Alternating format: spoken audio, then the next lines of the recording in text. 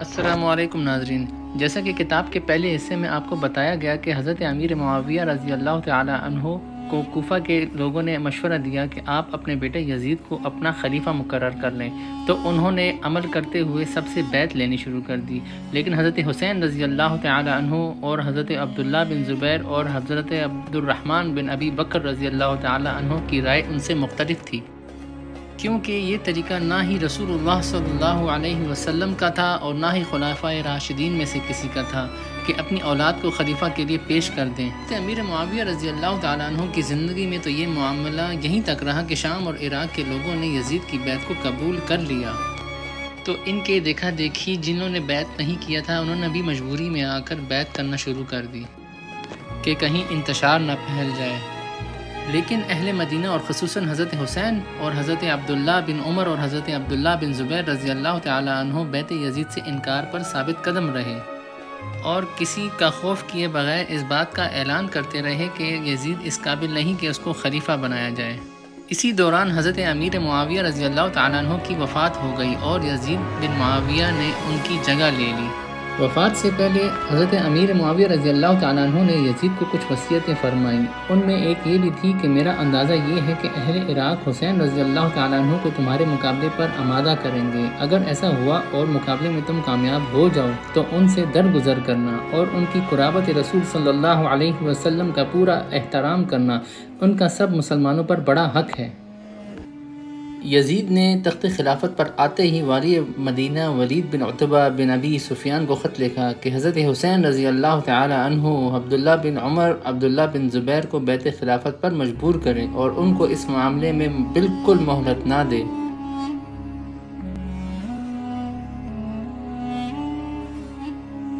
ولید کے پاس جب یہ خط پہنچا تو فکر میں پڑ گیا کہ اس حکم کی تعمیل کس طرح کرے۔ مروان بن حکم جو ان سے پہلے والی مدینہ رہ چکا تھا اس کو مشورے کے لیے بلا لیا۔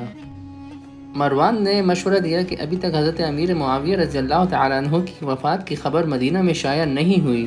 مناسب یہ ہے کہ ان حضرات کو فوراً یہیں پر بلا لیا جائے۔ اگر وہ یزید کے لیے بیعت کر لیں تو مقصد حاصل ہے، ورنہ سب کو وہیں قتل کر دیا جائے۔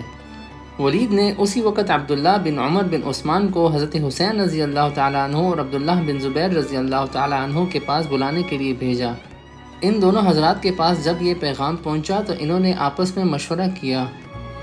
کہ یہ وقت امیر کی مجلس کا نہیں ہے، اس وقت ہمیں بلانے میں کوئی خاص راز ہے۔ حضرت حسین رضی اللہ تعالیٰ عنہ اپنی حکمت سے پوری بات سمجھ گئے اور فرمایا ایسا معلوم ہوتا ہے کہ معاویہ کا انتقال ہو گیا ہے اور اب وہ چاہتے ہیں کہ لوگوں میں ان کے انتقال کی خبر مشہور ہونے سے پہلے ہی وہ ہمیں یزید کی بیعت پر مجبور کر دے۔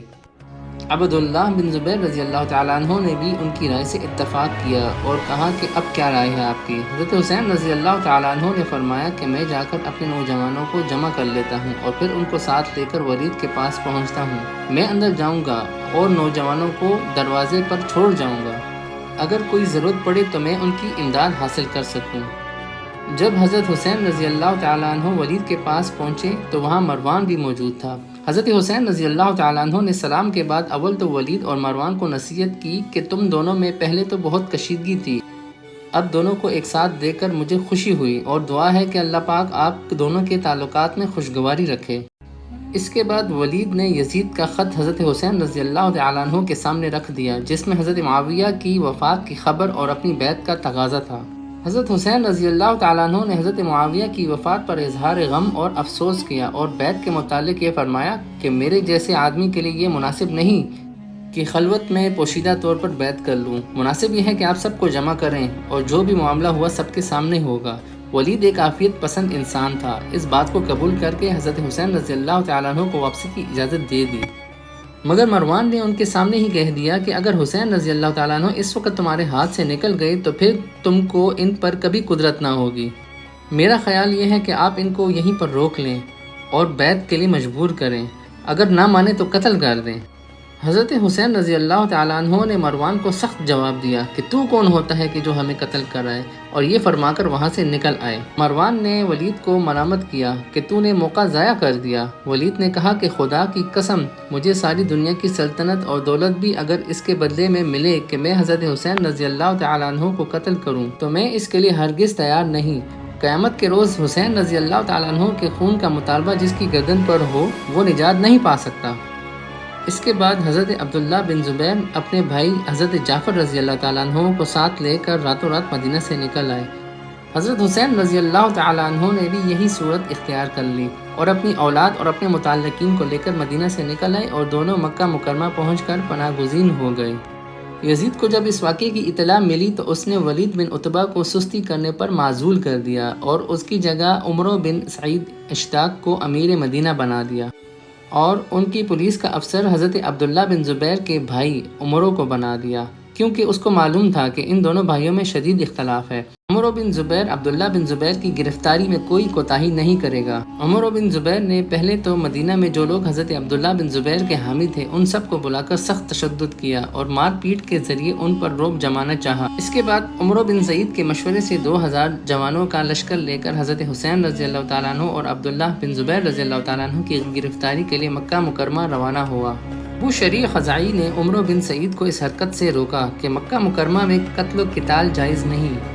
جو لوگ حرم مکہ میں پناہ گزین ہیں ان کو گرفتاری کے لیے بھیجنا خدائے تعالیٰ کی حدود کو توڑنا ہے۔ مگر عمرو بن سعید نے ان کی بات نہ مانی اور حدیث میں تعویلیں کرنے لگا۔ عمرو بن زبیر 2000 کا لشکر لے کر روانہ ہو گیا اور مکہ سے باہر قیام کر کے اپنے بھائی عبداللہ بن زبیر کے پاس آدمی بھیجے کہ مجھے یزید کا یہ حکم ہے کہ تمہیں گرفتار کروں، میں مناسب نہیں سمجھتا کہ مکہ مکرمہ میں اندر قتال کروں، اس لیے تم خود کو میرے حوالے کر دو۔ حضرت عبداللہ بن زبیر رضی اللہ تعالیٰ عنہ نے اپنے چند نوجوانوں کو اس کے مقابلے کے لیے بھیجا جنہوں نے اس کو شکست دے دی، اور عمرو بن زبیر نے ابن علقمہ کے گھر میں پناہ لے لی۔ دوسری طرف جب حضرت حسین رضی اللہ تعالیٰ عنہ مدینہ سے نکلے تو راستے میں عبداللہ بن مطیع ملے۔ دریافت کیا کہ آپ کہاں جاتے ہیں؟ فرمایا اس وقت تو مکہ مکرمہ کا قصد ہے، اس کے بعد میں استخارہ کروں گا کہ کہاں جاؤں۔ عبداللہ بن مطیع نے کہا کہ میں ایک خیر خواہانہ مشورہ دیتا ہوں کہ آپ مکہ ہی میں رہیں، خدا کے لیے آپ کوفہ کا رخ نہ کریں، وہ بڑا منحوس شہر ہے، اس میں آپ کے والد ماجد قتل کیے گئے اور آپ کے بھائی کو بے یار و مددگار چھوڑ دیا گیا۔ حضرت حسین رضی اللہ تعالیٰ عنہ مکہ میں پہنچ کر مقیم ہو گئے اور اطراف کے مسلمان ان کی خدمت میں آنے جانے لگے۔ ادھر جب اہل کوفہ کو حضرت معاویہ رضی اللہ تعالیٰ عنہ کی وفات کی خبر ملی اور یہ کہ حضرت حسین رضی اللہ تعالیٰ عنہ اور عبداللہ بن زبیر رضی اللہ تعالیٰ عنہ وغیرہ نے بیعت یزید سے انکار کر دیا تو کچھ حضرات شیعہ سلیمان بن سرد خزاعی کے مکان پر جمع ہوئے اور حضرت حسین رضی اللہ تعالیٰ عنہ کو خط لکھا کہ ہم بھی یزید کے ہاتھ پر بیعت کرنے کے لیے تیار نہیں، آپ فوراً کوفہ آ جائیے، ہم سب آپ کے ہاتھ پر بیعت کریں گے۔ یزید کی طرف سے کوفہ کے امیر جو حضرت نعمان بن بشیر رضی اللہ تعالیٰ عنہ ہیں ان کو یہاں سے نکال دیں گے۔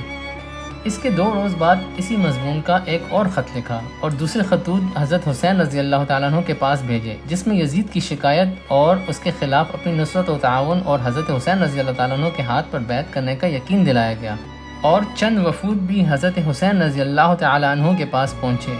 حضرت حسین رضی اللہ تعالیٰ عنہ وفود اور خطوط سے متاثر ہوئے، مگر حکمت اور دانش مندی سے یہ کیا کہ بجائے خود جانے کے اپنے چچا زاد بھائی مسلم بن عقیل کو کوفے روانہ کیا اور ان کے ہاتھ پر یہ خط بھیج دیا۔ بعد السلام لکھتے ہیں کہ مجھے آپ لوگوں کے خط ملے اور حالات کا اندازہ ہوا، میں اپنے چچا زاد بھائی مسلم بن عقیل کو تمہارے پاس بھیجتا ہوں تاکہ وہ حالات کا جائزہ لے کر مجھے خط لکھیں، اگر وہ حالات کی تحقیق کرنے کے بعد مجھے خط لکھیں گے تو میں فوراً کوفے پہنچ جاؤں گا۔ مسلم بن عقیل کوفہ جانے سے پہلے مدینہ طیبہ پہنچے اور مسجد نبی صلی اللہ علیہ وسلم میں نماز ادا کی اور اپنے اہل و عیال سے رخصت ہوئے۔ کوفے پہنچ کر مختار کے گھر میں مقیم ہوئے، یہاں کے حضرات ان کے پاس آنے جانے لگے۔ جب کوئی نیا آدمی آتا تو مسلم بن عقیل اس کو حضرت حسین رضی اللہ تعالیٰ عنہ کا خط پڑھ کر سناتے، جس کو سن کر سب پر گریہ طاری ہو جاتا تھا۔ مسلم بن عقیل نے چند روز کے قیام سے یہ اندازہ لگا لیا تھا کہ یہاں کے عام مسلمان یزید کی بیعت سے متنفر اور حضرت امام حسین رضی اللہ تعالیٰ عنہ کی بیعت کے لیے بے چین ہیں۔ آپ نے یہ دیکھ کر حضرت حسین رضی اللہ تعالیٰ عنہ کے لیے بیعت خلافت لینی شروع کر دی۔ چند روز میں صرف کوفے سے 18,000 مسلمانوں نے حضرت حسین رضی اللہ تعالیٰ عنہ کے لیے بیعت کر لی اور یہ سلسلہ روز بروز بڑھتا چلا جاتا تھا۔ اس وقت مسلم بن عقیل کو یہ اطمینان ہو گیا کہ حضرت حسین رضی اللہ تعالیٰ عنہ تشریف لائیں تو بے شک پورا عراق ان کی بیعت میں آ جائے گا۔ حجاز کے لوگ ان کے پہلے ہی تابع اور دلدادہ ہیں، اس لیے ملت اسلام کے سر سے بآسانی یزید کی مصیبت ٹل جائے گی اور ایک صحیح معیاری خلافت قائم ہو جائے گی۔ انہوں نے ہدایت کے موافق حضرت حسین رضی اللہ تعالیٰ عنہ کو کوفے آنے کی دعوت دے دی، مگر یہ خط لکھنے کے بعد بحکم قضا اس طرف حالات بدلنا شروع ہو گئے۔ یزید کی طرف سے نعمان بن بشیر کوفے کے حاکم تھے۔ ان کو جب یہ اطلاع ملی کہ مسلم بن عقیل حضرت حسین رضی اللہ تعالیٰ عنہ کے لیے بیعت خلافت لے رہے ہیں تو لوگوں کو جمع کر کے ایک خطبہ دیا۔ خطبے میں کہا کہ ہم کسی سے لڑنے کے لیے تیار نہیں اور نہ محض شبہ یا تہمت پر کسی کو پکڑتے ہیں، لیکن اگر تم نے سرکشی اختیار کی اور اپنے امام یزید کی بیعت توڑی تو قسم ہے اس ذات کی جس کے سوا کوئی معبود نہیں کہ میں تلوار سے تم لوگوں کو سیدھا کروں گا جب تک تلوار کا دستہ میرے ہاتھ میں قائم رہے گا۔ عبداللہ بن مسلم بن سعید حضرمی جو بنی امیہ کا حلیف تھا،